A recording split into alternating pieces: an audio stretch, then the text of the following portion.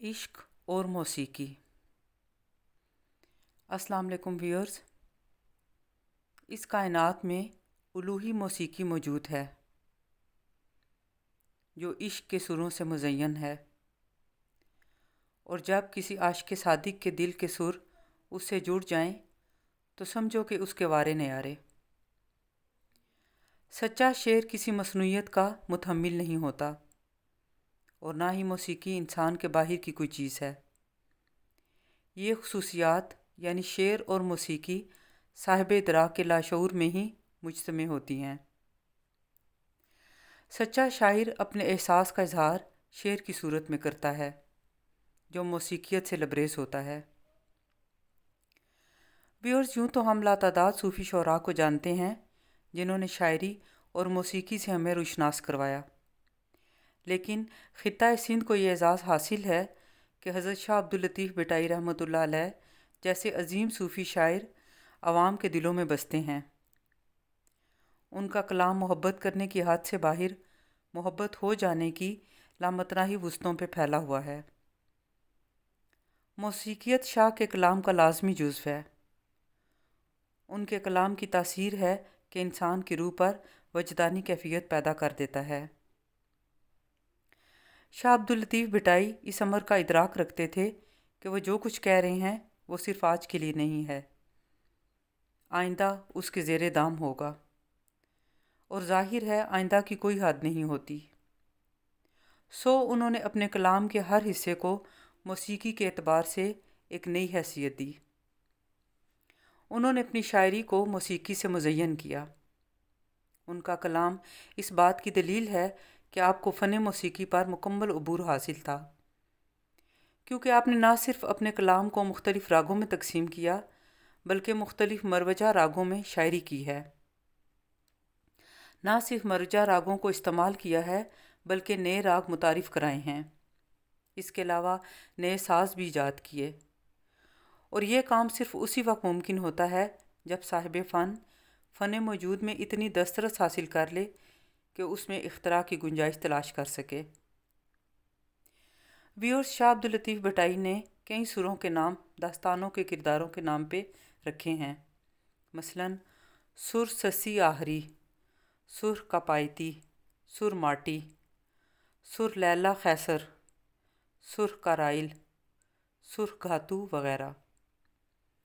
पंजाब की लोक दास्तान हीर रांझा का एक मखसूस तरन्नुम है, और हीर के किस्से को इससे बाहर गाया ही नहीं जाता, गोया वो इसकी शनाख्त है।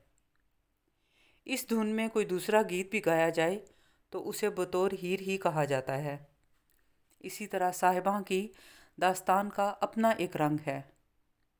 यूसुफ ज़ुलेखा का किस्सा अपनी एक शनाख्त रखता है, और जो लय किस्सा सैफुल मलूक के लिए मखसूस है वो बस उसी के लिए है।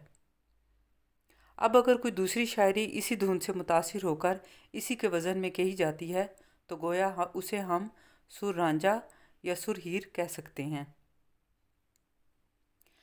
माहिरीन मौसीकी ये बात जानते हैं कि हर राग का एक अपना मिजाज होता है, मुख्तलिफ़ कैफियत होती हैं, और ये बात तो आम लोग भी जानते हैं कि मुख्तलिफ़ रागों के लिए मुख्तलिफ़ मौसम और दिन के मुख्तलिफ़ औकात वक्फ़ हैं।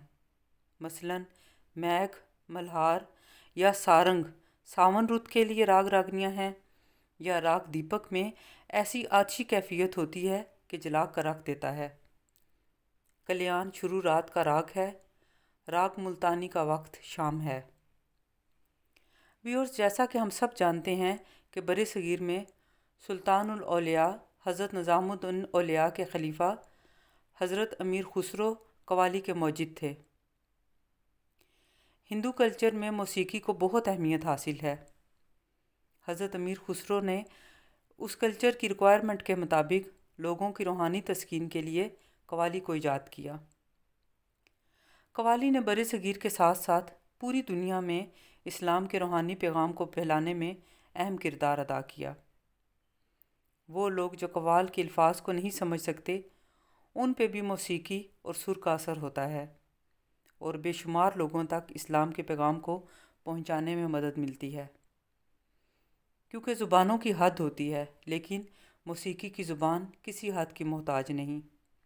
ہر کلچر، زبان اور رنگ و نسل کا انسان اس سے لطف اندوز ہوتا ہے اور اس کے قلب و روح پہ موسیقی اپنا رنگ و اثر چھوڑتی ہے۔